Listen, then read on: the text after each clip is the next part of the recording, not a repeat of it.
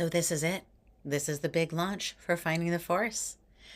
This has been 25 plus years in the making of studying holistic health, studying natural medicine, getting a PhD, and 20 years of working with people in acute crises, in acute healing circumstances, at holistic health retreats, Native American ceremonies, and much, much more. I have taken 25 years of practice in martial arts, living at an ashram, and my own personal life experience and research to put together this wonderful place for you. This is the gift that I wish I had when I was a young woman trying to figure this all out as a practitioner. So, Find the Force is a space for therapists, for HR, for holistic health professionals, and for people who are helping people in whatever way. Some of the biggest rehabs are also on the list, and I look forward to supporting you and having a great time together. There are four main things that come with Finding the Force.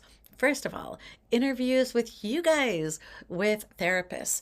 Upcoming in the pipeline this month, we have interviews with world renowned experts in performance, in anxiety, in stress reduction. You're going to love meeting these individuals. So I can't wait to share that. All right. Number one, interviews. Number two, research. I'm going to be throwing all kinds of research out there so that you guys can actually have conversations with me about how this actually rubber meets road in your life. So it's great to know that there are four brains and that they have four different operating systems. But what does that actually look like in your life? What does that really mean when you're sitting across the office from someone who's either having a crisis or needs help, whatever it is that you're dealing with? I want to help you to have the very best tools available. Okay. So there's that. Number three, we're going to have stories about my friends Lance and Sheila. Okay, I'll tell you a little bit more later, but they are the apocryphal, high performing, big hearted, beautiful people that you would also feel blessed to be friends with. They're wonderful, but they've run into the same type of troubles that my clients run into. So we're going to use them as a case study so that we can talk about these things that happen all the time. So, the fourth and final, but maybe most exciting and juicy thing is real life events here at the beach.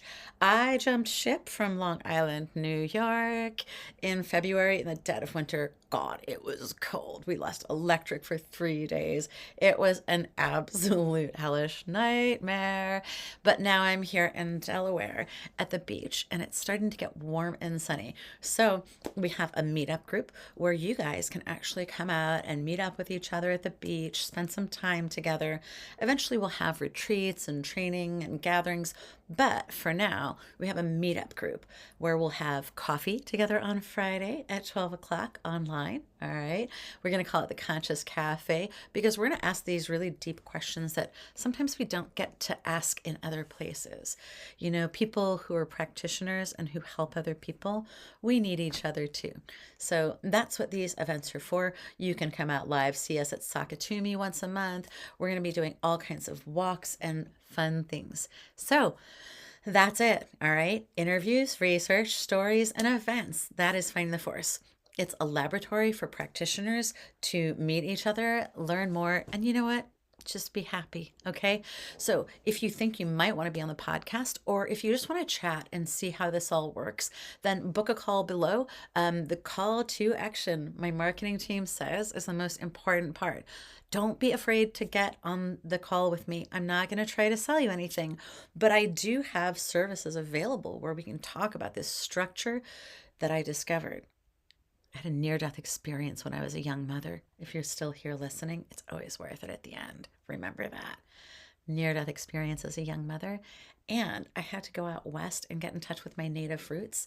And I studied with a traditional medicine man for 20 years. Whoa. I studied martial arts and yoga. I did all kinds of research and ran around with people from the Princeton GCP.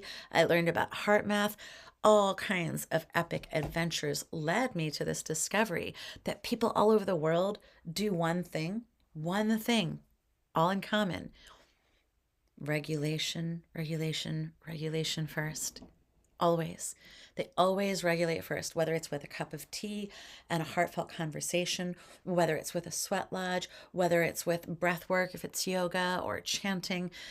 There's always a beginning. Even at a Yankees game, we do something before we start the game to get ourselves all regulated and then orientated in the present moment. So, we're going to talk about this structure.